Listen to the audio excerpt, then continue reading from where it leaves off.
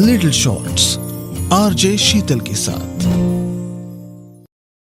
न जाने क्यों जिंदगी में बहुत बार, कभी कभी नहीं बहुत बार, हम बहुत से लोगों की सोच की फिक्र करने लगते हैं जिन्हें हमारी कोई फिक्र ही नहीं होती, कोई लेना देना ही नहीं होता, हमारे बारे में शायद सोच भी नहीं रहे होते हैं और अपनी बहुत सी खुशियों को उन्हीं के चक्कर में दबा देते हैं। रविंदर 50s क्रॉस कर चुका है, इंटीरियर डिजाइनर है, नाम है उसका।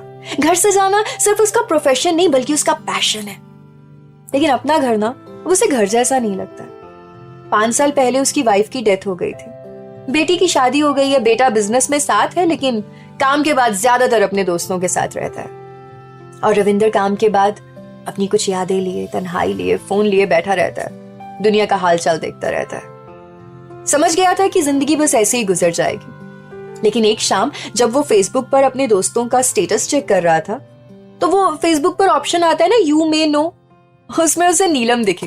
कॉलेज में उसकी सीनियर थी, रविंदर का क्रश भी थी और उसे देखकर ना मुस्कुराने लगा। शायद उसे वो कॉलेज के दिनों वाला रविंदर याद आ गया जो थोड़ा शर्मीला था, अपने दिल की बात किसी से कहता नहीं था, दिल में दबा के रखता था।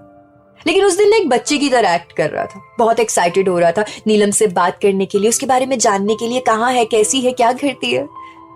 फ्रेंड रिक्वेस्ट भेजी और 15 मिनट में ही फ्रेंड रिक्वेस्ट एक्सेप्ट भी हो गई। नीलम से बात करके पता चला कि एक एनजीओ चलाती है। उस एनजीओ के बच्चे ही उसकी दुनिया है, उनका फ्यूचर संवारना उसकी जिंदगी का मकसद है। शादी नहीं करी थी नीलम ने, शायद कोई जमा नहीं।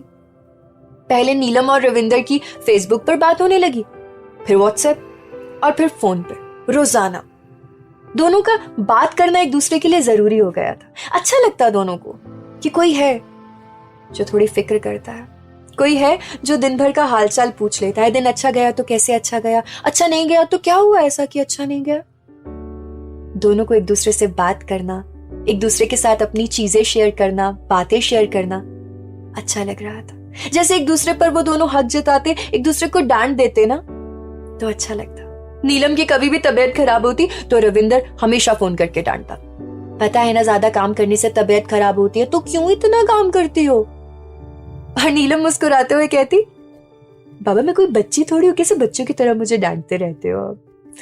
लेकिन मन ही मन में बहुत खुश होती क्योंकि उस डांट के पीछे छिपे प्यार को, केयर को, अपनेपन को समझती थी नीलम। दरअसल दोनों ही समझ रहे थे कि दोनों एक दूसरे के लिए जरूरी हो रहे हैं।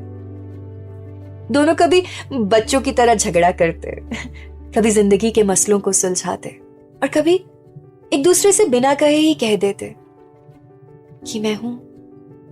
कभी उदास हो, कभी मन भर आए, कभी खुशी संभाली ना जाए, कभी भी अकेला लगे, मैं हूं।